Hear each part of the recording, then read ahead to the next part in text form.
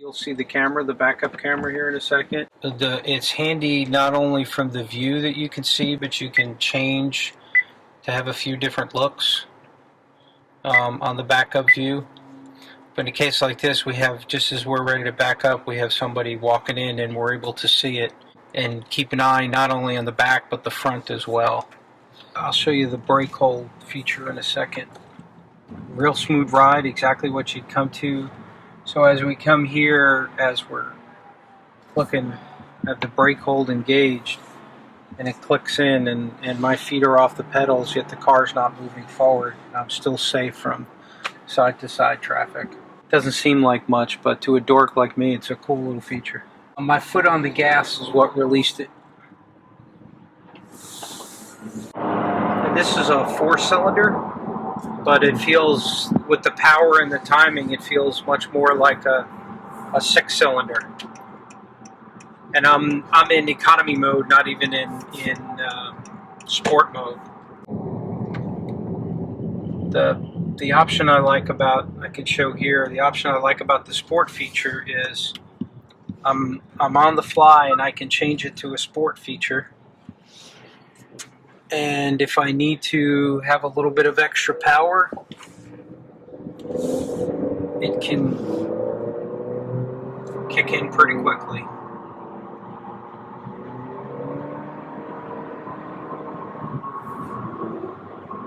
And if I'm here at this point, I think I want to go back to economy mode, I can just shift right back in and it goes back into economy mode with shift points.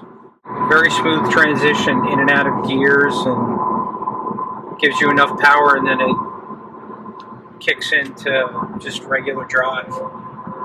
The other thing the Accord had that the Camry didn't have is the slope and the slant of the windows gives you a little bit better 360 view and a less obstructive view, we thought, than the Camry did.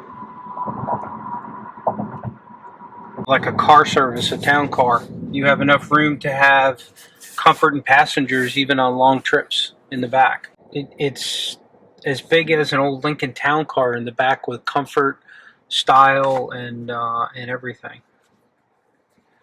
I mean, if you sat somebody in here, they would not think this is a Honda Accord, right? And that's not to say anything bad about Honda, but I don't think most people, when they get in, expect the luxury comfort in the Accord level. They expect it to be higher in the Acura and up when you jump up in class to the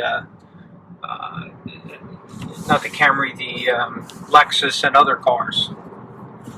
But they did a great job with the design and everything else with this.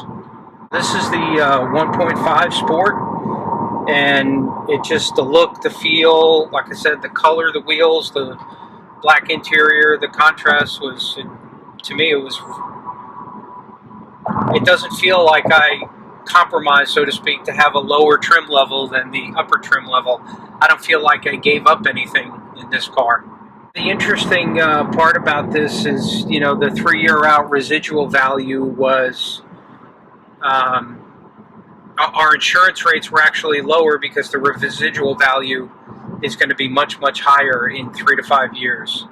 So our insurance was a couple $100 a year less than the Camry, simply because of the residual value. I did all of that work beforehand. We went, drove, did the car show, and you know, I think going to the car show and having it there to be able to immediately compare to the competition made it real easy to compare and sit in it and get the quick comfort before having a test drive and having the information, and you're able to say, you know, let's go look at the screen and walk a couple 100 feet to see what the interior looks like there. Well, I didn't remember that on this car. We went back over there, and that's where we went to the Honda, and then it was eventually just coming back to the dealership that, you know, we've had a great service and history with before.